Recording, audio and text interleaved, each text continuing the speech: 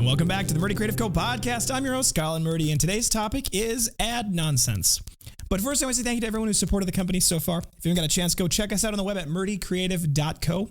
That's MURDY creative.co. Or you can check us out on our social medias. All of the links are at the top of the website. Be sure to use the little banner at the very top of the website to join our Discord server, or you can use the link at the top of the description. We do a lot of behind-the-scenes stuff there. We love talking with you, and we're hoping to use it more and more as the future goes on. So check out our Discord in the link on the top of the description or on the top of the website. Also, you can check us out on Amazon if you're curious. So, I got a correction first. Thank you so much to all of you who mentioned this, but specific shout out to Marcus. Thank you. It is ChatGPT. Yes. ChatGTP. GTP. Good toilet paper. Good toilet paper. Okay. GTP. I keep getting that wrong. I got it wrong last time, and I'm obviously clearly struggling to know the difference. I don't know why anybody puts acronyms in any of their things, but that's just my side of things. So I got that one wrong. Obviously, I'm sure for those of you that knew what I was talking about and was listening, every time I said it wrong, you just go, that's not right. So I do that all the time, and when I listen to podcasts and people get things wrong. So I apologize. I hope that didn't make you turn it off, and it's gonna be great. I should learn its name after all. It is gonna run the world soon enough. But anyway, today we're talking about ad nonsense, and that's a little joke because Google calls their thing AdSense, SENSE, but I think that's it's a little bit of a problem calling it that because it doesn't make any sense at all. But I'm not actually talking about Google today. So what we ended up doing not that long ago, at the end of last year, beginning of this year, was we pulled back on our Google ads. They weren't working as well as our Facebook ads at the time, and we just didn't want to spend money on things that weren't working as well. So we pulled back on that a little bit. We haven't pulled back on it entirely, and the dynamics of things have changed a little bit. And someday the future of AI is going to allow me to say, here's the money I'm willing to spend every day on advertising. And it'll be smart enough to be able to say, okay, when things are starting to go better on Facebook, it's going to allot more of the budget to Facebook. And when things are going to go a little bit better on Google, it's going to allot more of the budget to Google. And it's going to do all of that stuff.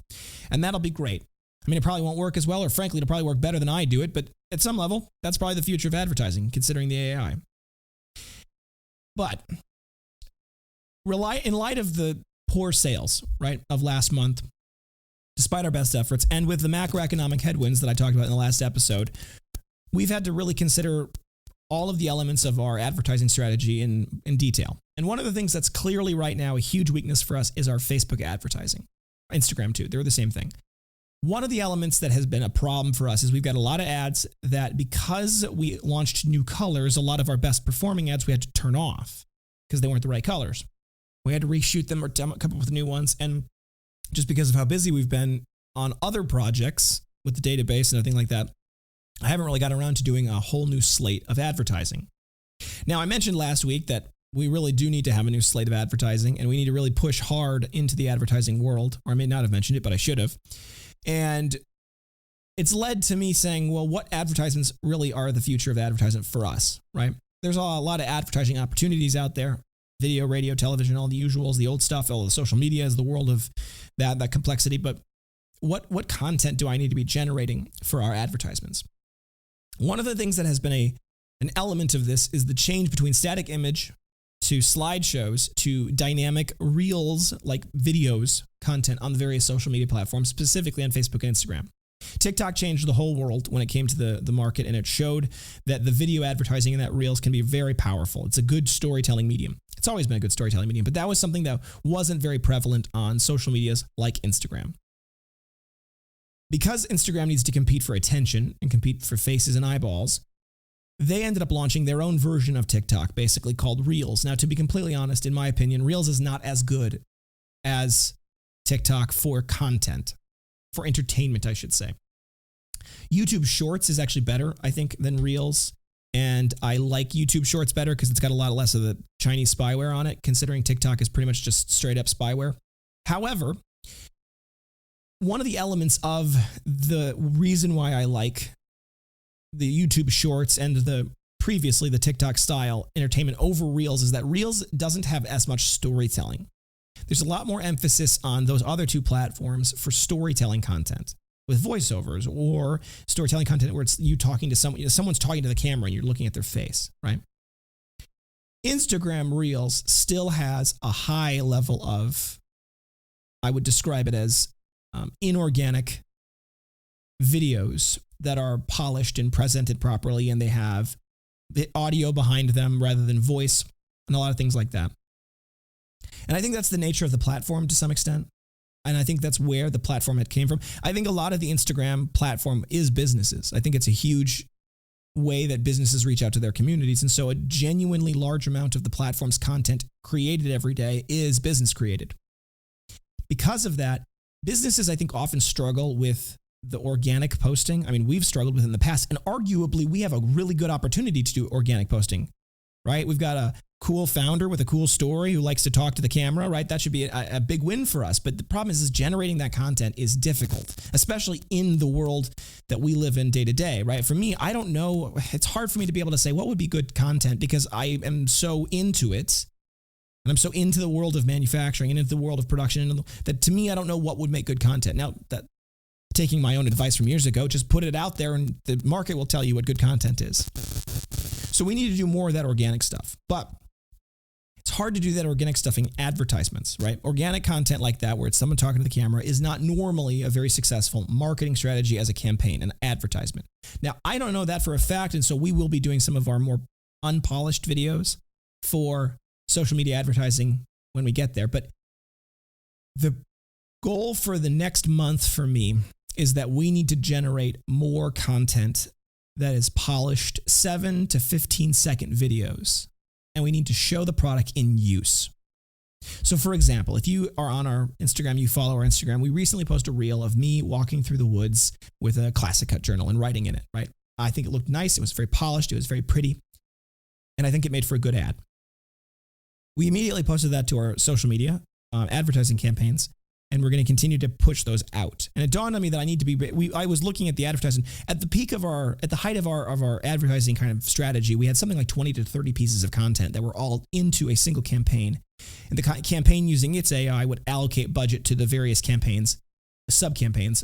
Based off their performance, right? So there was 25 pieces of content for the AI to choose from. Right now, there's only about 7 because we've had to turn off so much of our content. And I noticed Meryl brought up to me the other day that 2 of those pieces of content, 2 of those 7 don't render properly on mobile devices, which is a lot of our content is viewed via mobile. So we need to have 25 pieces of content, right? And I think that we, frankly, out of those 25 pieces of content, I think 24 of them need to be something dynamic. Maybe 23 of them need to be dynamic videos like the one that we just posted on social media to Instagram. That was that beautiful walk in the woods. They need to be showing off the product. And there's a great opportunity to do so. And I've come up with something like 20 to 25 ads right now of short little 7 to 20 second segments that tell a story, right? It's hard to tell a story in 7 seconds. It's hard to tell a story in 20 seconds, but you can do it, right? It's easier to do with video than it is with anything else. So for our purposes, we need to be generating a lot of that content. And that's tricky, right? Because we don't have a professional, editing studio that we have set up properly yet.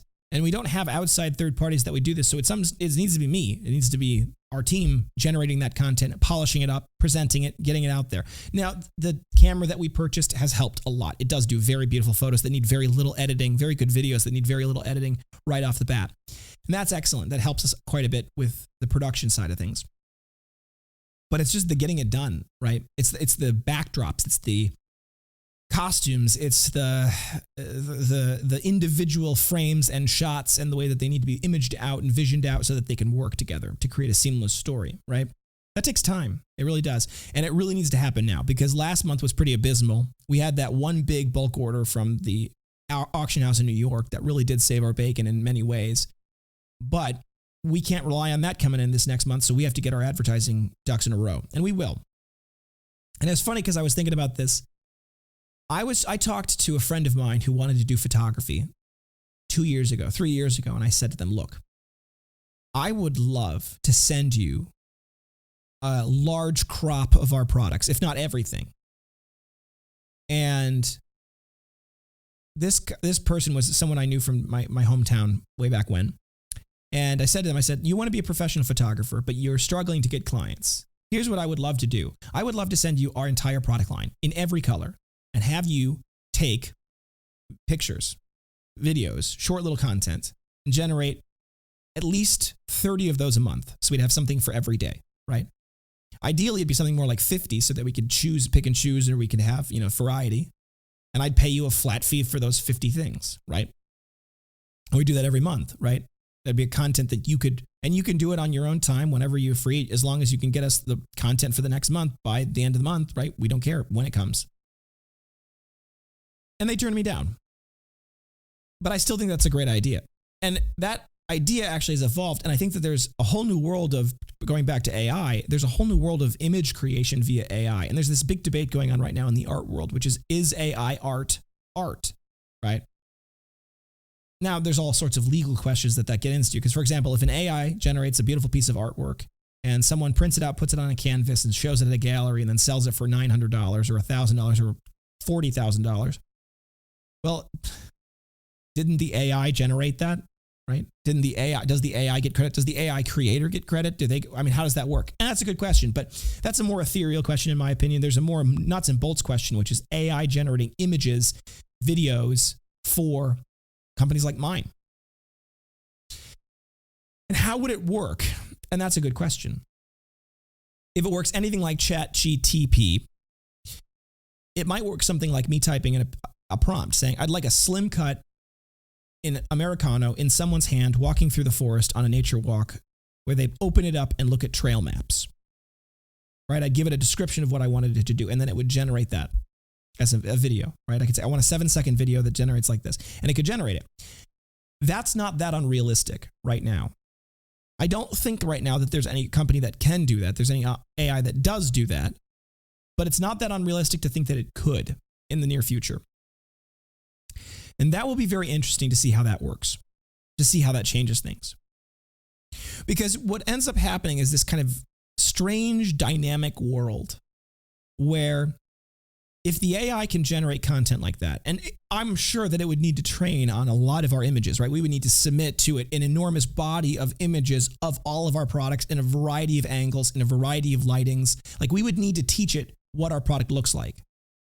But once we've submitted to it excellent photography of all of our products from all of the different angles in all the different colors, and we gave it that big set of data to work off of, I don't think it'd be a very big stretch for it to be able to generate images, at least, and very likely videos like I just described.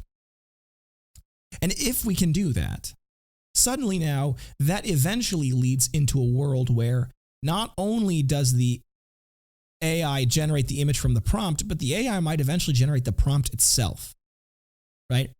It may be able to detect certain advertisements that it has generated in the past are doing well, right? It may be able to look at the Facebook data, for example, or the Instagram data and say, the AI, created a prompt about camping, but people only watched the first 6 seconds of it, didn't get to the last 15 seconds of it. So I'm going to rewrite the prompt either to showcase more of the product or better in the product in the first 6 seconds, or I'm going to rewrite the story to make it more appealing in the first 6 seconds, or I'm going to come up with something. And the AI could generate a variety of new pieces of content, giving itself its own prompt based off of the data it's getting back from Facebook, which is a lot more data than I could ever really review.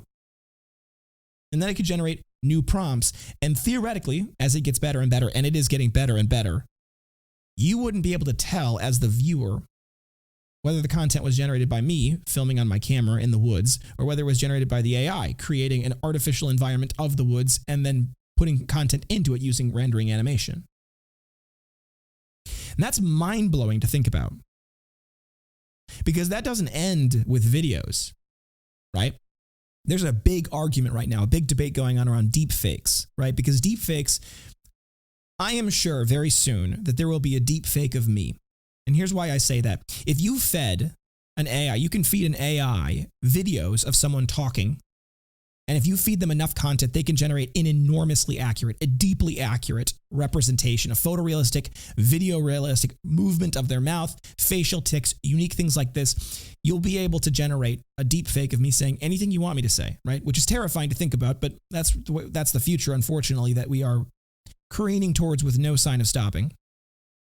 And I've done my podcast for years now. So it may even be able to age me up accurately and do deep fakes. Not only that, but there's an Adobe product that's been in the works for a while now, and it might be out there already, that can take a large enough voice sample data from a subject, and then using that voice sample, it can make that voice say anything with correct inflection, correct grammar, correct phrasing, speaking, pausing, the little things that make us human. It can put all of those things correctly into a phrase that's generated by that. All of those things generate a very interesting world. Because suddenly, with the combination of deepfake technology, with the combination of that audio technology, with the combination of AI, the AI could generate this podcast exactly as you see it now, and it would be virtually impossible for you to tell the difference. The AI would write the dialogue, the AI would write the voice programming, the AI would write the way I look on the camera and all of that things, and it would generate it all. And so it's hard to see where this ends. You can see that this gets careens out of control. Eventually, entire websites will be generated by AI in real time for you specifically.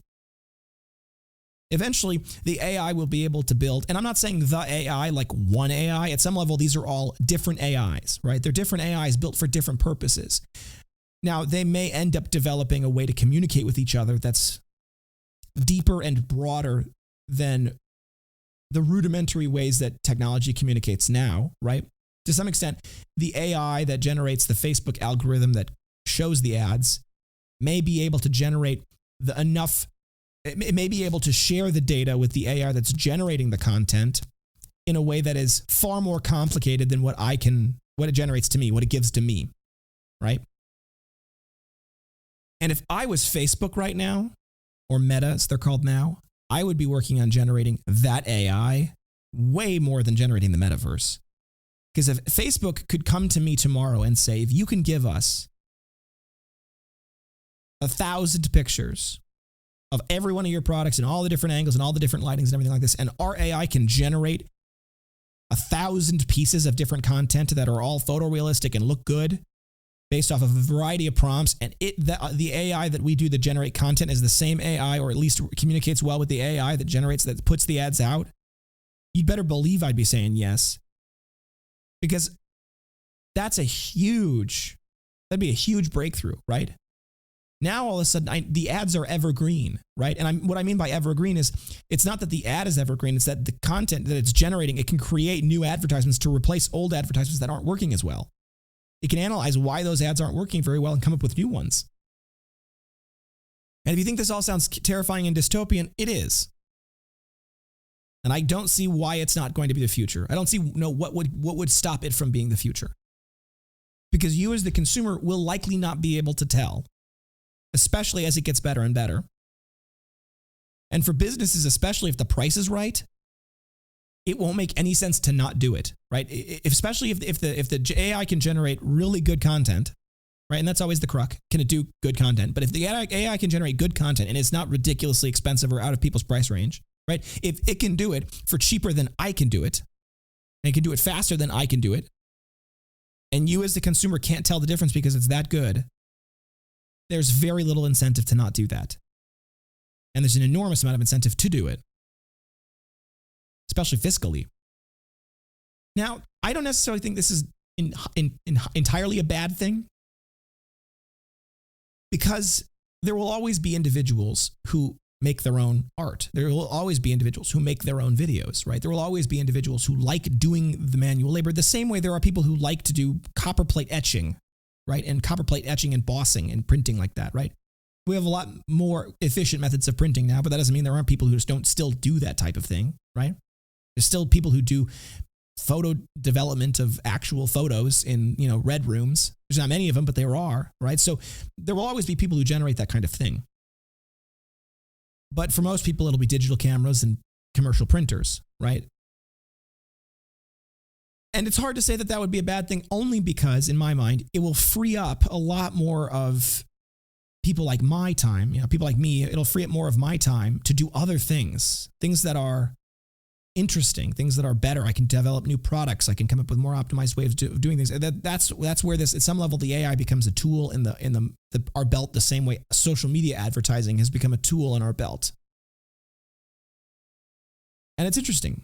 But until that day happens, I'm going to be the one that has to come up with the videos. I'm going to have to film it, cut it, put it together, and I'm going to have to do that very manual process And then if that ad doesn't work, I'm probably not going to have access to enough data to be able to properly analyze why.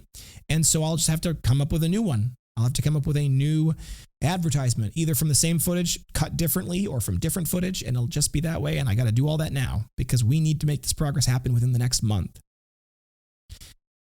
But I think that it's possible. I think that we will succeed from this. I think the ads will work better when we do them this way. And we'll see. It's always a guess. It's always a gamble. That's the nature of small business in general, and it's the nature of advertising for sure. So I appreciate all of those of you who have bought from us in the past. I would love to hear more from you in the comments below about what ad triggered you to buy, right? How many times did you see ads from us? What ads did you see? Was there a specific ad that you thought to yourself, that's it, that's good? Or there was an ad where you're like, you know what, I'm going to get it. And you ended up getting it, right? You ended up buying, right? Was it the first ad you saw? Was it the 20th ad you saw? What did it take? Right? I'd love to know more. Tell me in the comments below. Send us an email if you don't want to use the comments on YouTube. I would love to talk to you guys. Use our Discord. Join our Discord. Top of the link below.